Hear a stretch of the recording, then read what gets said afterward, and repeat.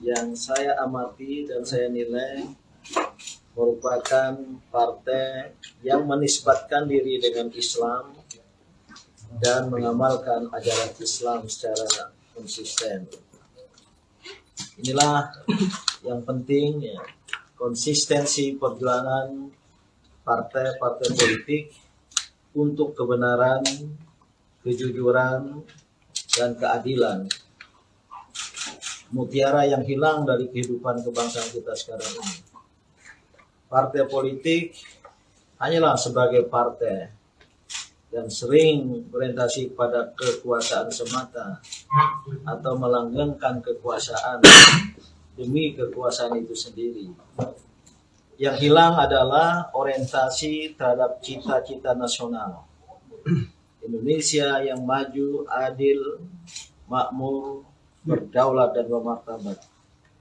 Oleh karena itu, saya menaruh harapan kepada PKS ke depan untuk tetap berpegang teguh kepada khito ini, menjadi partai yang berorientasi kepada penciptaan atau perwujudan cita-cita nasional, tapi tetap mendasarkan diri kepada nilai-nilai Islam.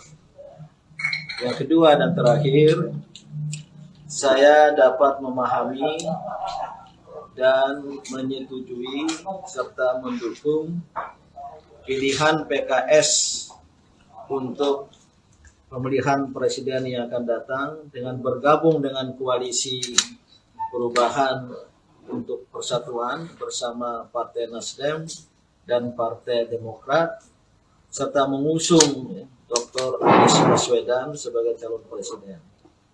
Saya kira banyak dari kita, kaum cerdik pandai, kaum cerdas dan berakal, melihat sosok Dr. Anies Baswedan sebagai figur yang tepat untuk Indonesia ke depan, terutama menghadapi perubahan geopolitik, geoekonomi, dan geostrategis global dewasa ini, yang epicentrum pertumbuhan berada di depan mata, yaitu East Asia, Asia Timur, dengan the rise of China.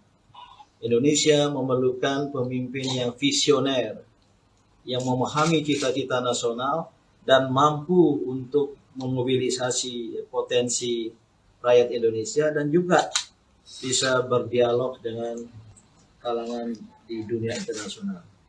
Maka pilihan ini pilihan yang tepat dan saya berharap akan menjadi kenyataan. Amin. Dan secara khusus saya melihat perilaku PKS tentang pencapresan ini meletakkannya dalam satu keikhlasan, kelegoan, sehingga tidak mendesakkan diri, mendesakkan keinginan untuk katakanlah merebut calon wakil presiden. Walaupun di PKS saya tahu banyak yang qualified, banyak yang mumpuni, ya. Baik Presiden PKS sendiri, Ustadz Ahmad Syaiqo, ada juga seperti Kang Aher yang pernah sukses di Jawa Barat, dan juga figur-figur lain. Saya tidak tahu, itu urusan dapur PKS. Terima kasih atas kehadirannya.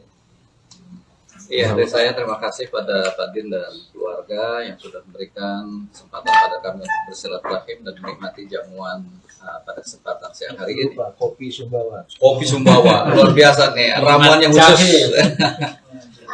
Yang kedua, saya kira kehadiran kami di sini luar biasa, dapat nasihat-nasihat yang bernas dan berharga dari beliau. Termasuk yang disampaikan oleh beliau, kaitannya jangan meninggalkan kaitan-kaitan untuk memajukan Islam. Dan kami juga dalam anggaran dasar tentu sudah mengeksplisitkan bahwa kita akan perjuangkan Islam yang rahmatan lil alamin.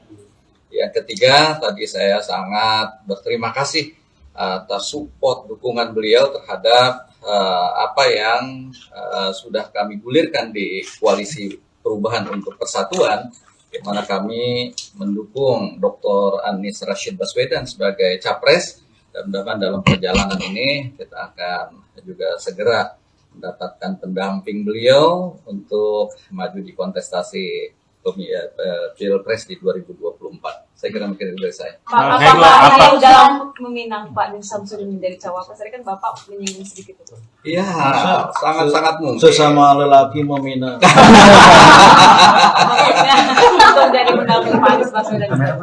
Tugas saya sebagai Presiden PKS adalah mencari. Ya, nanti kita akan laporkan ke Majelis Syuro. Ya, siapa-siapa yang nanti akan diusulkan. Tentu seperti tadi kata Pak Din, kita tidak akan memaksakan kader sendiri. Walaupun mungkin kalau kader sendiri yang punya kemampuan dan diterima oleh masyarakat, ya kita akan sodorkan.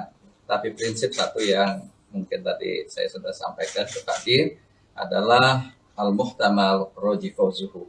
Yang probability to win-nya itu memang besar. Kemungkinan untuk menangnya. Jadi itu yang akan menjadi Secara khusus tidak dibicarakan hal demikian. Dan saya pribadi merasa walaupun masih bersemangat muda, tapi sudah tua ya. Sudah melewati usia Rasulullah SAW. Secara hijriah lebih 63 tahun. Namun sebagai yang terdidik di kalangan umat Islam, ya, saya ingin sekali memastikan di Indonesia tercinta ini kita semua berjuang, partai-partai politik dan kepemimpinan nasional betul-betul berpegang teguh kepada nilai-nilai keindonesiaan kita, Pancasila, Undang-Undang Dasar 45, dan mengarah kepada perwujudan cita-cita nasional Indonesia yang maju, adil, makmur, berdaulat dan bermartabat. Namun tidak melupakan dan melepaskan diri dari Islam.